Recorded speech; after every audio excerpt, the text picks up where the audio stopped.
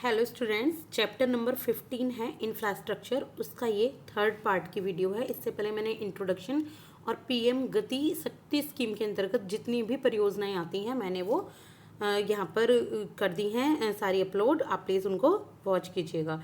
तो चलिए स्टार्ट करते हैं। लॉजिस्टिक सेक्टर, देखिए इंडिया ने लॉजिस्टिक परफॉर्मेंस में अपनी जो रैंक है वो बढ़ाई है। लॉजिस्टिक सेक्टर क्या होता है? एक सामान को दूसरी जगह तक ले जाना, एक जगह से दूसरी जगह ले जाना, यानी कि प्रोडक्शन से फाइनल कंज्यूमर तक किसी भी सामान को पहुंचाना। तो दैट इज़ लॉजिस्टिक सेक्टर। तो ट्रांसपोर्ट, एनर्जी, वाटर, कम्युनिकेशन जो भी इसके अंतर्गत आता है, जो भी चीज़ें लगती हैं इंफ्रास्ट्रक्चर में, वही लॉजिस्टिक सेक्टर में आती हैं।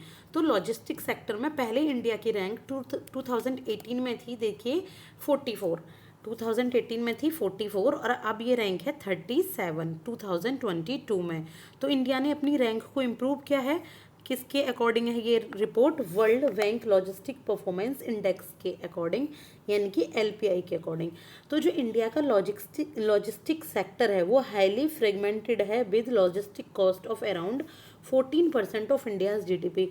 यानी कि जो इंडिया का जीडीपी है टोटल 14% जो जीडीपी की जो टोटल कॉस्ट है वो लॉजिस्टिक कॉस्ट ही आ जाती है इंडिया में। This high logistic cost is because of skewed model mix predominant mode. तो इसका जो मॉडल है, जो स्क्वीड मॉडल है इसका, तो उसके अकॉर्डिंग ये आती है इंडिया की लॉजिस्टिक सेक्टर की कॉस्ट, जो कि फ्रेट, कार्गो, ट्रांसपोर्टेशन और बाया रोड है। प्रीडोमिनेंट मोड कौन से हैं? देखिए रोड के थ्रू सबसे ज़्यादा ट्रांसपोर्टेशन इंडिया में किया जाता है। तो रोड के थ्रू जब ट्रांसपोर्टेशन होता है तो लॉजिस्टिक कॉस्ट भी थोड़ी सी ज़्यादा आती है। तो nearly 60% cargo is moved by road. तो कितना रोड के थ्रू मूव होता है सामान, यानी कि कार्गो, वो होता है 60%। और जो रेलवे के थ्रू मूव होता है सामान एक जगह से दूसरी जगह, तो वो होता है 32%। याद रखिएगा, रोड के थ्रू कितना होता है? ये होता है 60%। और रेलवे के थ्रू कितना होता है? रेलवे के थ्रू होता है ये 32%। और वाटरवेज के थ्रू होता है 5%। वाटरवेज के थ्रू कितना होता है? ये होता है सिर्फ और सिर्फ 5%।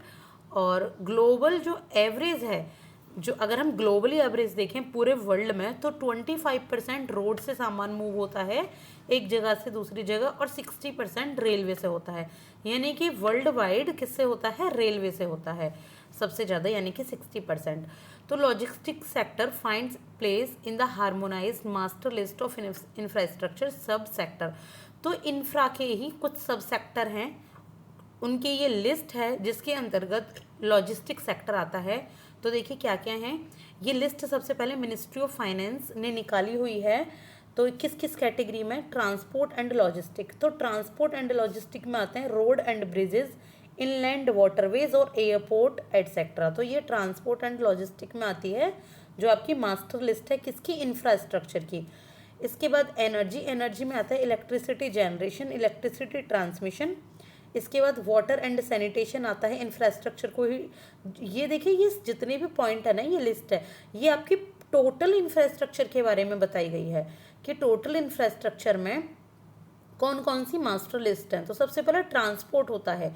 ट्रांसपोर्ट देखिए सबसे ज़्यादा मैटर करता है। अगर आप किसी भी इकोनॉमी को डेवलप कर रहे हैं, बना रहे हैं, किसी भी कोई भी इकोनॉमी वर्क हो रहा है, तो सबसे पहले तो एक सामान को दूसरी जगह पहुंचाएंगे ही ना। अब आप एक पेन ही बना रहे हैं, चाहे कोई बुक बना रहे हैं, तो वो सामान एक जगह से दूसरी जगह जाते ही है ना। डिलीवरी से आप मंगाते हो, ये तो है नहीं कोई सामान उसी स्टेट में बनाए या लोकल में बनाए और वो लोकल में ही बिक गया। ठीक है, वेजिटेबल्स भी हों तो वो भी एक जगह से दूसरी जगह जाती है। तो सबसे ज़्यादा इंफ्रा में ट्रांसपोर्ट मैटर करता है और लॉजिस्टिक। इसके बाद देखिए एनर्जी, एनर्जी में इलेक्ट्रिसिटी जनरेशन होती है, या तो इलेक्ट्रिसिटी बनाई जाती है, और इलेक्ट्रिसिटी ट्रांसमिशन, यानी इलेक्ट्रिसिटी का दूसरी जगह ट्रांसमिशन किया जाता है। इसके बाद है वाटर एंड सैनिटेशन। इसके बाद जो भी सॉलिड वेस्ट मैनेजमेंट, या कि जो भी सॉलिड वेस्ट होता है, जो कूड़ा है या वेस्ट निकलता है, उसको मैनेज करना होता है इसमें। और वाटर ट्रीटमेंट प्लान, और वाटर को जैसे साफ स्वच्छ जल सबके पास पहुंचना चाहिए।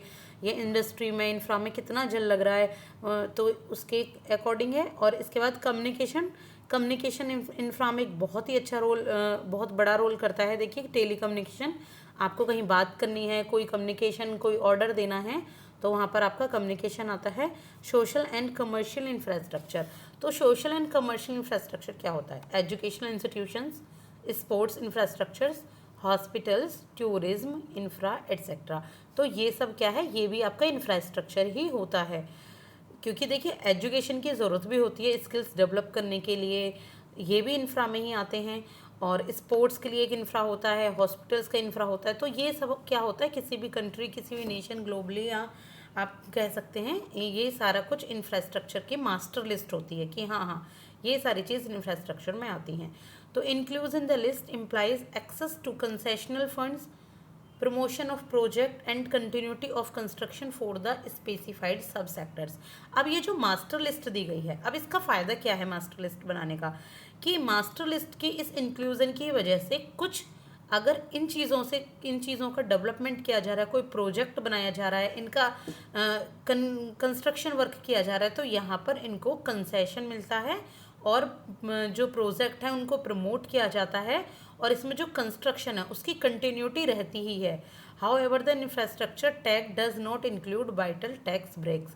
तो ये है एक लाइन। इसके बाद multi modal logistic park MMLP क्या होता है? देखिए MMLP डेवलप किया गया under hub and spoke model.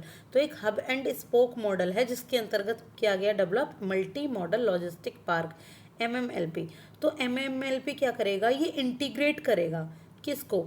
Multi modal logistic park integrate करेंगे फ्रेट ट्रांसपोर्ट को, यानी कि जो भी आपकी मालगाड़ी है, जो आपका सामान है, तो हाईवे, रेलवे और वाटरवे के थ्रू, इन तीनों के थ्रू किस तरीके से एक साथ ये सामान एक जगह से दूसरी जगह पहुंचाया जा सकता है। तो ये मल्टी मॉडल लॉजिस्टिक पार्क इसको कवर करते हैं।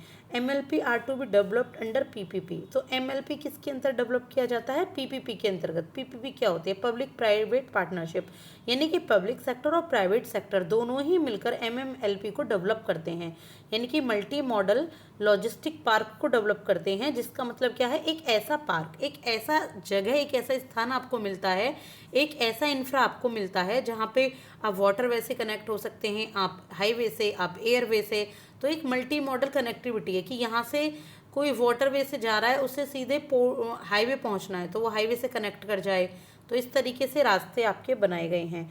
तो किसके अंतर्गत काम करता है? PPP के अंतर्गत। चाहे इसकी डिज़ाइन हो, इसकी बिल्डिंग हो, इसका फाइनेंस हो, इसका ऑपरेट हो और ट्रांसफ़र मोड, तो ये सब पब्लिक प्राइवेट दोनों ही मिलकर करते हैं। इसके बाद देखेंगे ट्राईपार्टाइट एग्रीमेंट। तो ये देखिए एक ट्राईपार्टाइट मतलब तीन जो मैनेजमेंट लिमिटेड कंपनी हैं, 3 LTD में हुआ था एक एग्रीमेंट कि अगर मल्टी मॉडल लॉजिस्टिक पार्क में कोई भी डेवलपमेंट करना है तो ये पहली बात तो भारतमाला परियोजना के अंतर्गत आएगी MMLP। दूसरा, ये 3 वो हैं, जैसे कि फर्स्ट है national highway logistic management limited, second is inland waterways authority of India, third is rail Vikas Nigam limited. तो national highway logistic management limited क्या हो गई? हाईवे रोड से रिलेटेड जो आपकी क्या है, जो भी आपकी ये बनी हुई है लिमिटेड मैनेजमेंट लिमिटेड, जो भी अथॉरिटी है, और वाटरवेज वाली जो आपकी समुंदर से रिलेटेड वाटरवे जो भी है, और रेल विकास वाली यानी कि जो रेल से रिलेटेड। तो इन तीनों ने मिलकर ना एक एग्रीमेंट साइन किया है जिससे ये इन तीनों के अंतर्गत जो भी लॉजिस्टिक होगा, जो भी ट्रांसपोर्टेशन आएगी, तो ये मिलकर उन तीनों को इनका सारा खर्चा या इनका डेवलपमेंट करेंगे। इंडिया का जो first international multi modal logistic park है ये जगीघोप आसाम में, कहाँ पे? जगीघोप आसाम में सेटअप हुआ है। तो याद रखिएगा आप इस बात को। तो चलिए अब हम नेक्स्ट में स्टार्ट करेंगे नेशनल लॉजिस्टिक पॉलिसी 2022। अभी के लिए इतना ही। Thank you.